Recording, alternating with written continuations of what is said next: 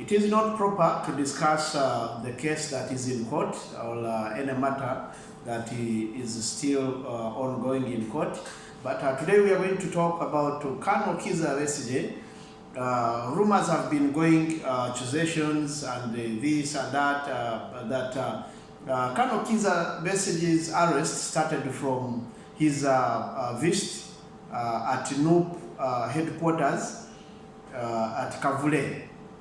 But we don't know. I want to discuss about it. We see whether it is true. In the comment section, you'll be telling me whether it is true or not.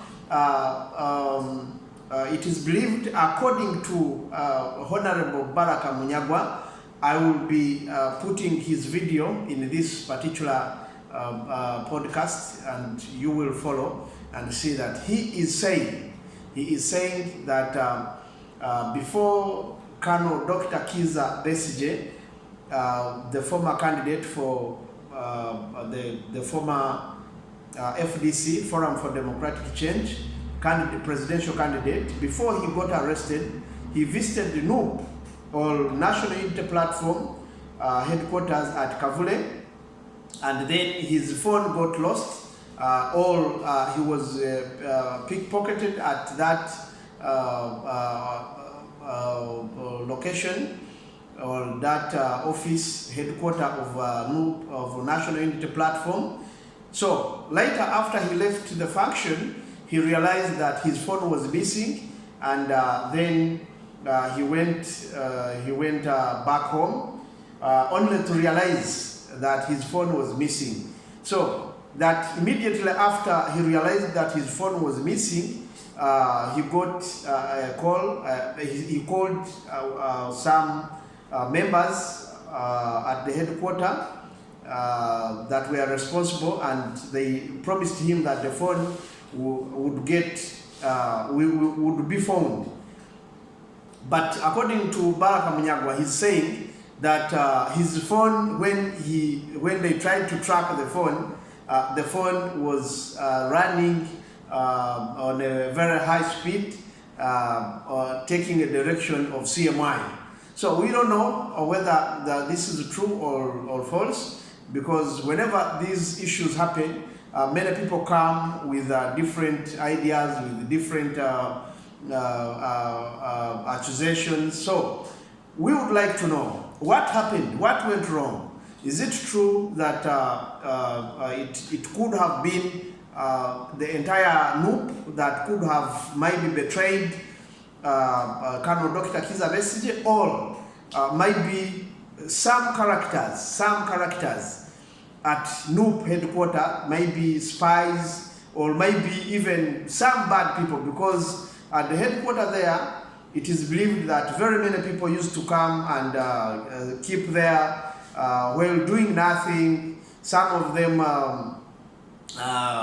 didn't have any responsibility at all allocated to them, but they keep just roaming around, and as you understand, political officials could not really chase them away, which probably would turn against them, or they would interpret that one differently. However, so we don't know whether it was NUP as members of NUP, or officials of NUP mentioned, maybe Honorable Chagulanyi, Honorable Secretary General Louis Lubongoya, and all those who were there, because it was a big function, and Colonel Dr. Kizza Besigye came to attend, and he expected maybe to leave as he came. But things did not turn well with him. He left when his phone was not with him. So we don't know whether these allegations are true, according to Honorable Baraka Munyagwa. Maybe one day we shall reach him and we find out whether these allegations are true or false. However, at the moment, the issues are not really doing well. We are all aware that Colonel Dr. Kizza Besigye was arrested in Kenya and he brought back to Uganda, and then after he was taken to prison and later presented to court, before court, and he is charged of treason. And we all know the case of treason is not a small case, and we know what is the sentence of treason. And as far as Uganda is concerned, treason is one of the biggest offenses. However, Colonel Dr. Kizza Besigye, this is not his first time to be charged of treason. He has ever been charged of treason before, and let's assume or presume or pray for him that even this time round he will go over it, he will overcome the challenge. But maybe the advice I would give all politicians, whenever you get a political challenge, a political charge, or a political case, or a case that is motivated by politics, you need to really find lawyers that are not politicians. Because political lawyers or lawyers who double status as lawyers and at the same time politicians, in most cases when they are in court representing a client, they tend to mix or to forget that at that particular time or point in time, they are acting as lawyers. They are acting as lawyers. They are not politicians at that particular moment. One person I have tried to follow and see that maybe tries to pull up the standard of a lawyer and a politician is only Honorable Medad Segona. Honorable Medad Segona, when he's in court, he means business of court. He knows how to respect judges, he knows how to respect officers of court whenever he is in courts of law. However, most of these lawyers, when they go to court, they forget. I don't know whether they forget, but they tend to mix politics and law, which is not really friendly, because when we are taught in law schools, our lecturers or professors of law tell us you need to respect the judge, the magistrate, and even you actually need to go extra mile, not only to respect the judge and all magistrates, but you need to respect also your learned friend, your colleague of the other side. You don't have to really humiliate or to put a situation that might be interpreted as contempt of court, because if it is interpreted that way, then all might not end well. I will give a scenario that happened the other day with the Aaron Kizza. As it goes in Uganda, many people think that when you come and you show aggressive nature or character towards officers of government, maybe police or judges or any officer, or even the adverse party, the other party, another lawyer who is representing the plaintiff or government, then you insult it, or then all will go well. So these lawyers, when you look at Martha Karua, I don't know whether I've pronounced the name well. Martha was, I think Martha Karua, the lawyer from Kenya, a prominent lawyer from Kenya and also a politician. You can see whenever he comes to Uganda, the gesture, sometimes the words before attending court or after attending court, you can see that he's really politically motivated, which is not really good, which is not advised to really do it that way. So you are actually causing more problems to the client, to your client, because the more you become aggressive, violent, and in one or the other, then you are going off track and you're not helping the client at all.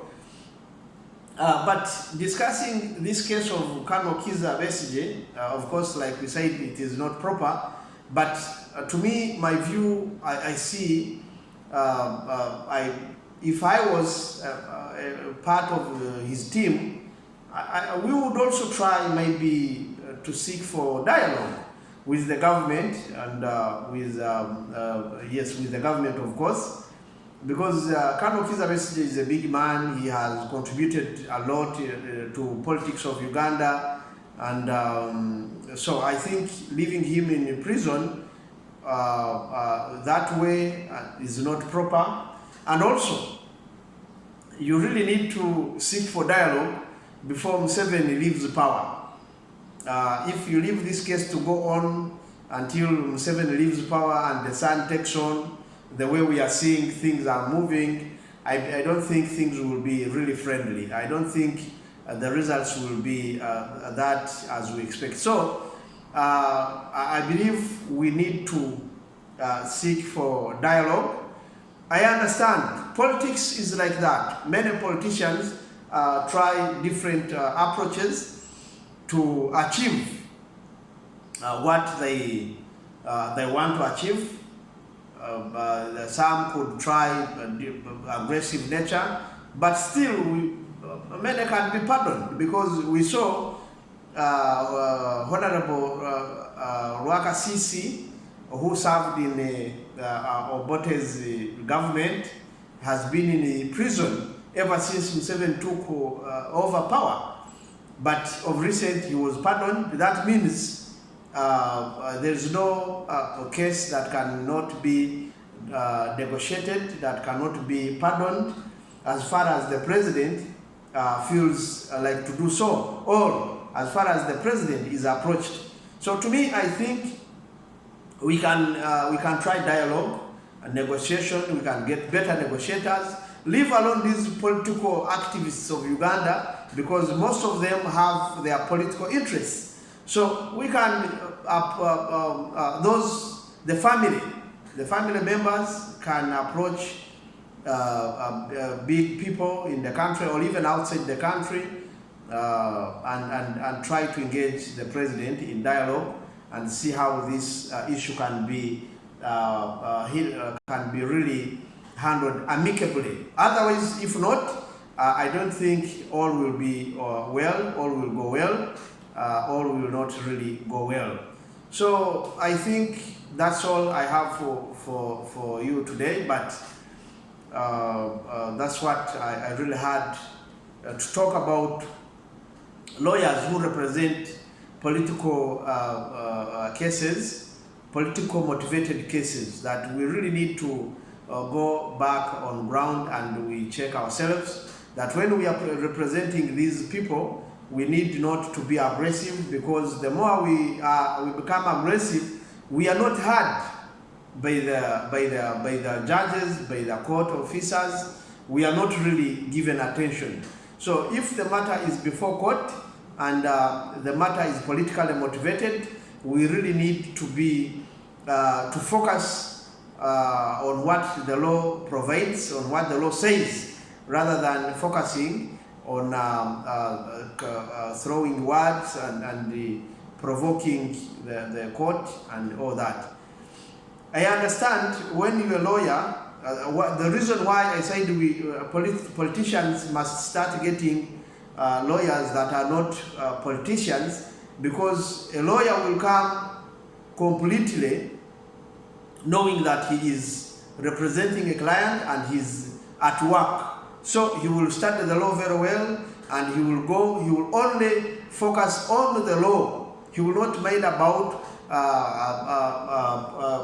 mixing it with the politics, that maybe after he goes in camera, then he talks to journalists, talks to podcasters, talks to bloggers, and they say this and say that. However, I think if Honorable Counsel Elias Lukwago was not also a politician, I don't think by now he would be in prison, because he was provoked by journalists for him to say that he's going to serve General Muhoozi with a summons, and I believe General Muhoozi found it provocative in one or the other. But I think if if Elias Lukwago served silently or quietly, I don't think all this would have happened. So now there is an issue of politics versus the law.